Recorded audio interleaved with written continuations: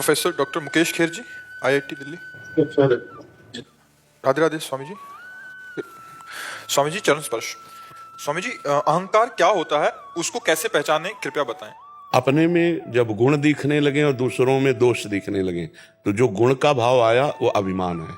अपने में गुणाभिमान होना, श्रेष्ठता का अभिमान होना, अच्छेपन का भाव होना और दूसरों में दोष दर्शन होना। अच्छापन जब आ जाएगा तो सबसे अच्छापन ये है कि हम में कमी है और सब भगवान के स्वरूप है।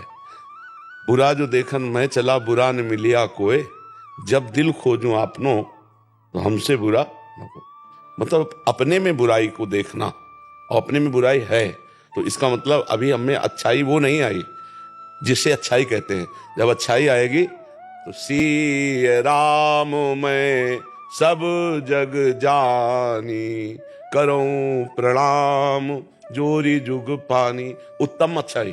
और इससे थोड़ा नीचे जब आएंगे हम तो दूसरा दोहा है, तेरे भावे जो करे भलो बुरो संसार, नारायण तू बैठ के अपनो भवन बुहार। अपने काम क्रोध लोभ मोह मद मत्सर आदि का त्याग करके निर्विकार सच्चिदानंद भगवत स्वरूप हम है, इसका अनुभव हो जाना। तो जब अपने में गुण भाव आवे और दूसरे में दोष भाव आवे तब समझ लेना चाहिए इस समय हमारी अहंकार की दशा है। हर समय नहीं रहती।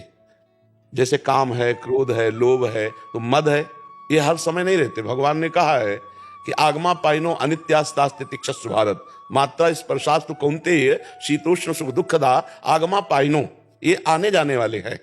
ये कभी अहंकार का वेग होता है, कभी काम का वेग होता है, कभी क्रोध का वेग होता है, कभी मोह का वेग, कभी ईर्ष्या का। तो इस तरह के जो वेग हमारे अंदर आते हैं, अगर हम ज्ञान मार्ग से थोड़ा देखें तो हम इनका समन कर सकते हैं, क्योंकि ये मेरे में नहीं आते, ये अंतःकरण में आते हैं। और अंतःकरण के हम जानने वाले हैं, तो हमारे में तो कभी कोई विकार आ ही नहीं सकता है।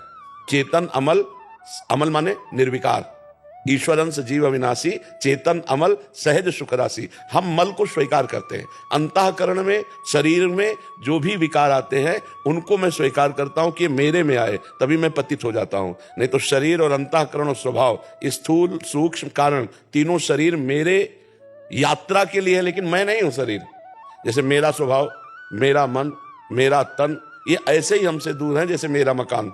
अज्ञान के कारण हम इतना तन्मय हो गए हैं कि शरीर और अंतःकरण के विकारों को हम अपने में देखते हैं। तो अहंकार की स्थिति बराबर नहीं रहती कि बराबर अहंकार भरा रहे। नहीं, आगमा पाइनो अनित्यास्तास्ति तिक्षस्व भारत, इनका वेग आता है और नष्ट हो जाता है। अब उस समय संभालने की कोशिश करें जब दूसरों में दोष दर्शन हो रहा है तो अपने में अहंकार आ रहा है। जब हम दूसरों को लघु समझते हैं, अपने को श्रेष्ठ समझते हैं, तब अहंकार की वृत्ति होती है। उस समय अहंकार की वृत्ति का दमन भगवान के चिंतन से करना चाहिए। नाम जप करते हुए ये चिंतन करना चाहिए कि हमें क्या गुण है। एक से एक महापुरुष हुए हैं, एक से एक भगवान के परमहंस जन हुए हैं, भगवान के बड़े दाता हुए हैं, बड़े राजा ऐसे हुए, चक्रवर्ती सम्राट, शास्त्रों यज्ञ करने वाले बड़े। हमारा क्या गुण है? अगर भगवान ने हमें गुण दिया है तो उसको हमें अहंकार थोड़ी करना है। अगर उसमें दोष है तो आज दोष है, कल उसमें गुण भी आ जाएगा, भगवान उसके ऊपर भी कृपा करेंगे। इस तरह विचार के द्वारा अहंकार का समन होता है। आप समझ पाए? अगर जो हम ये कि मैंने ये किताब लिखी है, ये सब अहंकार के अंदर, ये सब ये अहंकार है, ये सब अहंकार। यहां तक कि भक्ति का भी अहंकार होता है। तो भगवान ने कहा है कि भक्ति का भी अहंकार मैं नष्ट कर देता हूं। जैसे नारद जी को अहंकार हुआ मैं काम विजयी, तो फिर आप चरित्र पढ़कर देख लीजिए, फिर आखिरकार काम ही काम सताने लगा और भगवान को श्राप दे दिया। इतना काम से मोहित हो गए कि भगवान को श्राप दे दिया। तो जो अहम जनित मैं के साथ जो कुछ भी लग जाए वो अहंकार होता है। शुद्ध मैं अहम नहीं होता, शुद्ध मैं ब्रह्म है। जो मैं केवल है वो ब्रह्म है, और मैं के साथ जो भी जुड़ जाए उसे अहंकार कहते हैं। जैसे मैं पुरुष, तो आपको देहाभिमान पुरुषत्व का है। मैं के साथ जो जुड़ा वो अहंकार पुष्ट कर देगा। महर्षि, इसमें एक चीज है, जैसे हम व्यवहार में रहना है, संसार में रहना है, वहां सम्मान मिलेगा। जैसे बुक लिखी मान लीजिए, तो कोई पुरस्कृत करेगा, तो उस समय क्या ऐसा सरल भाव रखें कि बाहर से भले ही उस समय अंदर हम पुरस्कार लेंगे, हम माला पहनेंगे, लेकिन अंदर से विचार चल रहा है कि ये सब श्री भगवान की कृपा है जो मेरे अंदर ऐसी बुद्धि दी और उस बुद्धि से ये ग्रंथ लिखा और उसका ऐसा हमें सम्मान प्राप्त। बाहर से भले कोई भी कुछ बोलता रहे, उससे हमें कोई अंदर स्वीकार, अंदर अगर गर्व आया गर्व इस रूप में आया, वो सब मिट्टी हो गया, कुछ उसका लाभ नहीं मिला। बात समझ आई ना? मैं के साथ जो भी प्राकृतिक जुड़ता है उसका गर्व होना, ये अहम कहलाता है। अस जन्मा जन्मा ही प्रभुता पाई जाए। जो पद है उस पद का अहंकार होना। बोले इसे अपनी विद्वता का बहुत अहंकार है, बोले इसे अपने शरीर के बल का बहुत अहंकार है, बोले इसको धन का बहुत। मैं के साथ जो जुड़ा, विद्या, रूप, महत्व, कुल, धन, यौवन, अभिमान, ये 6 चीजें अभिमान के लिए बहुत पुष्ट करती है। विद्या का अभिमान, रूप का अभिमान, जाति का अभिमान, कुल का अभिमान, समाज में महत्व का अभिमान, धन का अभिमान, ये 60 कंटक देखे जहां रहा न भक्ति निदान। ये 6 प्रकार का अहंकार जहां जागृत होता है वहां भक्ति महारानी कदम भी नहीं रखती है। वो केवल स्वांग करेगा संसार के लिए जाने के लिए, शुद्ध भक्ति वहां प्रकाशित नहीं हो सकती जहां अहंकार। महाराज जी भले बाहर से सफाई ना दें बट अंदर ये बात रहेगी। सफाई देने की जरूरत नहीं है। जैसे हमारे अंदर है कि भगवान हमको अंदर से प्रेरित कर रहे हैं, वो मैं उत्तर दे रहा हूं। तो जैसे तो मैंने ये आपसे बात कही, हम बोलेंगे मैंने ये बात आपसे कही, लेकिन अंदर है, ये मैंने नहीं कही, मेरे भगवान ने कही है। अब हम ऊपर से कह रहे हैं कि ये बात भगवान ने कही है, और अंदर ठसक है कि मेरा जलवा है। वो अंदर के देवर्षि नारद जी ने भी यही कहा भगवान से कि आपकी कृपा से मैं काम पर विजय प्राप्त की, लेकिन भगवान ने देखा शब्द बनावटी, अंदर से मैं काम विजयी हूं। बात बिगड़ गई, बात बिगड़ गई। और ऊपर से भले कह दो काम विजयी हूं, अंदर से कि मेरे भगवान ने मुझे विजय दिलाई, कुछ नहीं बिगड़ने वाला है।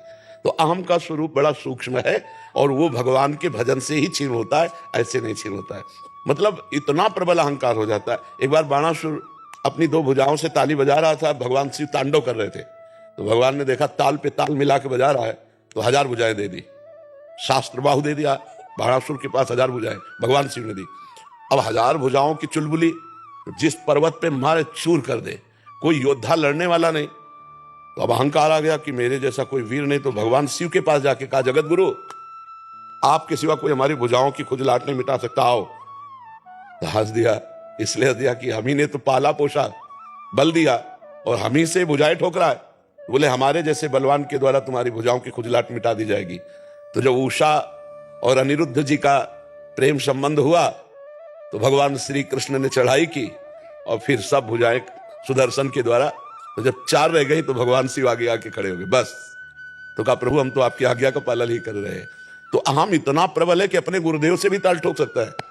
उन्हीं के द्वारा दी हुई विद्या से उन्हीं को नीचा दिखाने की कोशिश कर। अहम बहुत विचित्र है और बड़ा सूक्ष्म है, और अहम जिसके अंदर जागृत होता है वो जान नहीं पाता।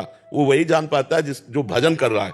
भजन कर रहा है तो बीच में भजन आप बताता जाएगा, इस समय आपके अंदर अहंकार का वेग है, इस समय आपके अंदर काम का वेग है, इस समय आपके अंदर ईर्ष्या का वेग है। और भजन नहीं है तो बुद्धि मलिन होती है, वो निर्णय जल्दी नहीं कर पाती। हो सकता है वो बाद में निर्णय करे कि यार तुम्हें अहंकार था, तुम ऐसा बोल गए, वो बाद में, लेकिन तत्काल निर्णय पवित्र बुद्धि करती है। और पवित्र बुद्धि होती है ईश भजन सारथी सुजाना।